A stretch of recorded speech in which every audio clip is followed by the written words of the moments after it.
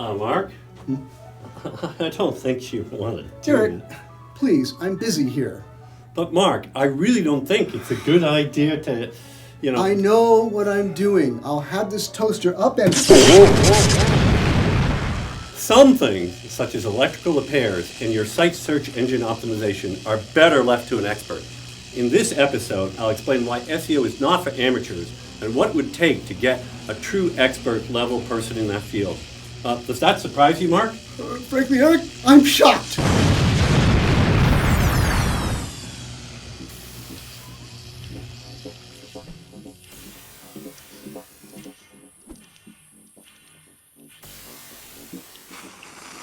Okay, Eric, what's one thing you would mention that is really challenging to people trying to do SEO, even though it might sound easy to someone who is not a professional SEO? Well, there's some things that are obvious to those of us who are in the business. But if you're not, finding the right kind of information can be really hard. There are, however, some good reputable places where I send people just getting started.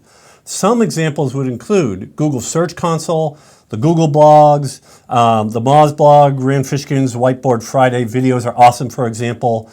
Search Engine Land, Bill Slosky's SEO by the Sea site, and of course, the Digital Marketing Excellence blog on our site are all good sources of information for the beginner. And we'll link all of those in the sources in the show notes. Of course, after a while, you're going to want to expand beyond those resources. When you're ready to do that, when you need to ask for more information, find people that you can trust, where you can get more information you can look at. So find some good sources for information, learn a few basic terms and skills, and you're good to go, right? Well, I wish it were that simple. Unfortunately, it really isn't. While it's actually quite easy to learn individual pieces and facts of SEO, the problem is that there are hundreds or even thousands of things you need to learn to have a comprehensive SEO background. And each individual piece is pretty easy, but learning how to integrate them into a broader SEO plan is a big deal. So not only do you have to learn all this information, then you have to review someone's website and decide how to prioritize what needs to happen first and what will have the biggest impact, what's worth doing, because some things that you find won't be worth doing. Then when you're done with all of that, over time, the landscape keeps changing, so you have to keep learning new things and integrating them into your overall knowledge base. So the big deal here is really learning how to integrate it all together. Okay, we've gathered information, we've learned to integrate it, so now we're ready to do SEO. No. Unfortunately, there's a long way to go from that point.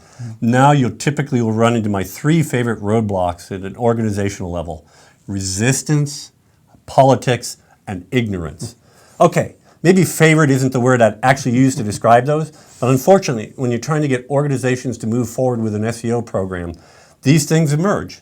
It happens in different ways for different people in different departments. For example, your chief marketing officer will get stuck on a different point than your CTO, and your CEO might have another issue, and your VP of marketing might be fixated on something else. The big thing you have to learn to do is to figure out where they're stuck and in their language, learn how to address their concerns. So for example, the CFO is going to be concerned about the cost and potential ROI of any proposed SEO changes. So a really useful SEO has to know a lot more than SEO itself, because what SEO does and the value it can bring are often not fully understood by others who have the authority in the company. The effective SEO also has to know how to present his or her case. So any help you can provide with that? Well, I think the most important thing when trying to sell something complex to executives in a company that you're working with is to learn how to reduce it to 5 slides in 5 minutes. Conveniently enough, that happens to be the topic of an article I wrote a while back. But it's a good concept, and if it takes you longer than 5 minutes to explain to someone why your SEO project is important, you'll end up failing. That's the big thing. Learn how to get it in their lingo and how to reduce it to the essentials and learn how to explain it quickly. That gives you the best chance of success. Okay, I'm getting the picture. An effective SEO is an experienced professional, and it's not as easy as I thought it was. But wait a minute. Can't I just copy what other successful sites are doing? I mean, especially my competitors. Wouldn't that be a shortcut?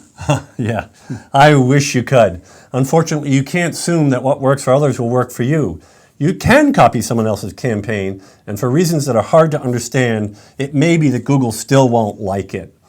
I'm not talking about duplicating the content, but just kind of copying the structural SEO concepts, and it might not work for you still. The Google algorithm is so complex. There are typically layers of things that you don't see that cause that other site to rank. It may be because they did it first, earned the authority for the search term, and then you copy the same concept and it doesn't work for you because you're second. You have to go beyond that and focus on SEO best practices. If you just copy someone else's strategy, not only could it not work for you, it could actually get you in trouble with Google's algorithm. So especially if, because of your inexperience, you're actually copying practices that Google doesn't like, which could end up getting your site into trouble. Not a bet you want to make. Okay, you've convinced me. I need to hire a true SEO professional to help my site get better at attracting qualified traffic from search. You don't want to leave something that important to the amateurs. Now, about my toaster. There you go, Mark. Good as new. Thanks, Eric. Sure does pay to hire a professional. Hey, could you jigger it so it makes French toast? Would have to renegotiate my consulting fee. Worth it.